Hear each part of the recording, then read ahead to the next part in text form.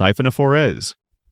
The ocean has creatures that aren't technically one animal, because apparently even individuality has budget cuts down there. At first glance, this thing looks like one giant sea creature drifting through the darkness. It isn't. What you're actually looking at is a massive colony made up of thousands of smaller organisms fused together into a single floating operation.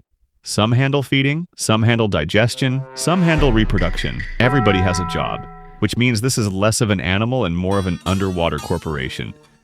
Every part depends on every other part. Nobody can leave, nobody can quit, and somehow productivity remains surprisingly high. The whole arrangement feels like somebody took an office building, stretched it into a glowing tentacle chain, then launched it into the ocean. Even worse, some siphonophores can grow longer than a blue whale, which means somewhere beneath the waves there are living conveyor belts of biological employees quietly drifting through the darkness. That should concern everyone, because underwater, nature apparently held a meeting and proposed. What if we connected thousands of individuals together and called it one guy? And nobody objected. The deeper you look into marine life, the more it feels like basic biological rules become optional suggestions. And if this is what the ocean considers teamwork, things are about to get significantly worse.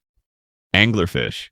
Some relationships move a little too fast. Deep-sea anglerfish saw that and said, not fast enough. The female already looks like something designed to guard a cursed treasure chest. Giant teeth, glowing lure, permanent expression of someone who has been dealing with customer service for 80 million years. And somehow, she's the normal one. The male is tiny, embarrassingly tiny. In some species, he's so much smaller than the female that if you saw them together, you'd assume one of them was still buffering. And the reason is somehow even worse. Life in the deep ocean is lonely, not emotionally, logistically. It's dark, empty, and finding another member of your species is like trying to find your friend at a music festival after they text, "I'm by the speaker." So when the male finally finds a female, he doesn't flirt. He doesn't soft launch. He doesn't ask, "What are we?" He bites her, and then he stays. Forever. This is not a situationship. This is a subscription plan. His body slowly fuses into hers until he loses his eyes, organs, and most of what made him an independent animal. At that point, he's not really a fish anymore. He's an attachment, a biological add-on, a clingy ex with no uninstall button. Imagine matching with someone once and immediately becoming their portable charger. Still useful, barely independent, always attached. That is deep sea romance. The male basically turns into a living reproductive accessory, which is a sentence that feels like it should come with a warning label. And somehow, this works. Natural selection looked at the worst dating dynamic in the ocean and said, honestly, locked in. That's what makes the deep sea so unsettling. Every solution feels like it was invented during the last 5 minutes of a group project. Nothing down there has boundaries. Not emotionally, not biologically, not even anatomically. And unfortunately, some creatures found ways to make personal space even less respected. Tongues. Most parasites steal resources: food, blood, nutrients, normal parasite behavior. Annoying, but at least predictable. This one looked at the menu and said, actually, I'll take the tongue. Meet the tongue-eating louse, which sounds fake. Like something your friend would say at 2 a.m. after watching one TikTok and suddenly becoming a marine biologist. Unfortunately, it is very real. It enters a fish through the gills, crawls into the mouth, attaches itself to the tongue, and slowly cuts off the blood supply until the tongue falls off, which already feels like enough to delete the ocean. But that is not even the main plan. The main plan is moving in, because once the tongue is gone, the parasite takes its place. Not emotionally, not spiritually, physically. The fish continues swimming, eating, and living its regular fish life with a crustacean inside its mouth, doing tongue cosplay. At that point, this stops being a parasite and becomes identity theft. Imagine waking up one morning and your roommate is wearing your clothes, using your debit card, answering your emails, and somehow doing your job better than you. That is this parasite. It does not just break in. It gets comfortable. It becomes the tenant. It signs no lease, pays no rent, and somehow becomes essential to the household. The fish does not die. The parasite does not leave. Everybody just continues like this is a normal living arrangement, which might be the worst part. Nobody involved has the appropriate level of panic. The fish is just out there like, yeah, my tongue is a bug now. Anyway, that is when ocean biology stops feeling like science and starts feeling like a prank with no punchline. Because some animals survive through strength, some survive through speed, and some survive by having the confidence of a guy who walks into the wrong apartment and starts cooking. If this is your first time here and you somehow enjoy learning things you can never emotionally recover from, subscribe. Goblin sharks. Some predators chase their prey, some ambush it, And then there's this thing which appears to have learned hunting from horror movies and low-budget internet jump scares. At first glance, it doesn't even look finished. Pale skin, tiny eyes, permanent expression of somebody who accidentally opened the front camera. The whole animal looks less like a shark and more like something discovered during a software update that was never supposed to go public. But the real problem starts when it opens its mouth. Actually, that's not accurate. The real problem starts when its mouth leaves, because instead of biting normally, the jaws launch forward from the skull at ridiculous speed. Not a little, not enough to be surprising. Enough to make it look like its face just rage quit and went freelance. 1 second it looks completely harmless, like it's buffering. The next second its entire mouth arrives before the rest of the shark does. Imagine somebody throwing their teeth at you. That's basically the business model, which means somewhere in the ocean exists a predator whose primary hunting strategy is basically a jump scare with teeth. That should not be a valid hunting technique. And somehow that's only half the story. This species has been around for more than 100 million years. Long enough to witness dinosaurs, long enough to survive mass extinctions, long enough for nature to repeatedly review the design and decide, yeah, keep that, not improve it, not redesign it, keep it exactly like that, which is honestly terrifying, because most animals become less scary once you understand how they work. This thing gets worse. The more you learn about it, the more it feels less like a shark and more like somebody's rejected movie monster. The pale skin, the blank stare, the face launcher, everything about it feels AI generated. Like if you typed, "make a shark uncomfortable," into a computer and things got out of hand. At some point this stopped feeling like wildlife and started feeling like a warning. And honestly, once the ocean starts producing animals whose attack strategy is weaponized jump scares, you begin to understand why so many creatures down there spend their entire lives trying not to be perceived. Cookie cutters.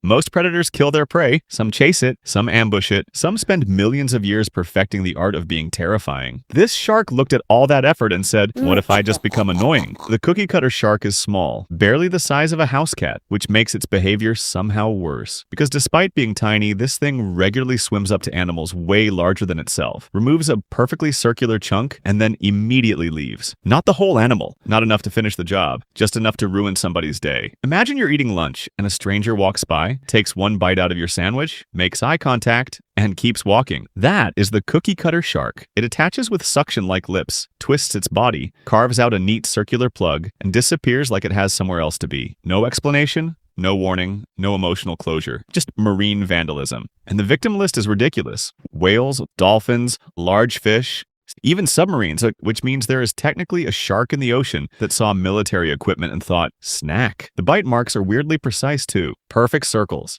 Every time. Like this creature has access to editing software. That's what makes it so unsettling. Normal predators behave like animals. This thing behaves like someone who steals your DoorDash and then rates the driver 3 stars. It doesn't overpower giant animals. It doesn't need to. It just shows up, commits a tiny crime, and leaves before anyone can process what happened. And somehow this strategy works, across entire oceans. At some point, survival stopped being about strength and started rewarding whatever nonsense was confident enough to continue, which becomes much more concerning once intelligence enters the conversation. Dolphins. Intelligence is usually supposed to make animals more relatable. Unfortunately, dolphins use theirs to develop main character energy, and not quiet main character energy, the loud kind, the kind that walks into a room already laughing at a joke you were not invited to. Dolphins can recognize themselves in mirrors, solve problems, teach behaviors to their young, and communicate using complex sounds, which sounds beautiful, until you realize all of that brain power is attached to an animal that acts like it has never been humbled once. They don't just hunt together. They play games, they invent tricks, they mess with each other, and sometimes they seem suspiciously committed to having a good time. Some dolphins have even been observed interacting with pufferfish in ways that suggest they may be interested in the toxins those fish release, which is an insane sentence. That is not marine biology anymore. That is spring break with echolocation. At some point, you stop describing wildlife and start describing that one friend who says, "Trust me, I know a spot." And somehow the night always gets worse. Everything about dolphins feels slightly too aware. The eye contact, the permanent smile, the way they travel in groups like they already have a group chat about you. Humans look at dolphins and think, aha, sea puppy. Meanwhile, dolphins are underwater, making noises that probably translate to, look at this dude. That smile is not friendliness. It's branding. The kind of branding you develop when you're smart, fast, social, and everybody keeps putting you on inspirational posters. And that's what makes them unsettling. Intelligence is comforting until it starts getting a personality. At some point, dolphins stopped feeling like animals and started feeling like people with better PR, which becomes even more disturbing when you realize intelligence is not the strangest thing the ocean makes. Because the deeper you go, even size starts breaking the rules. Abyssal Gigantism.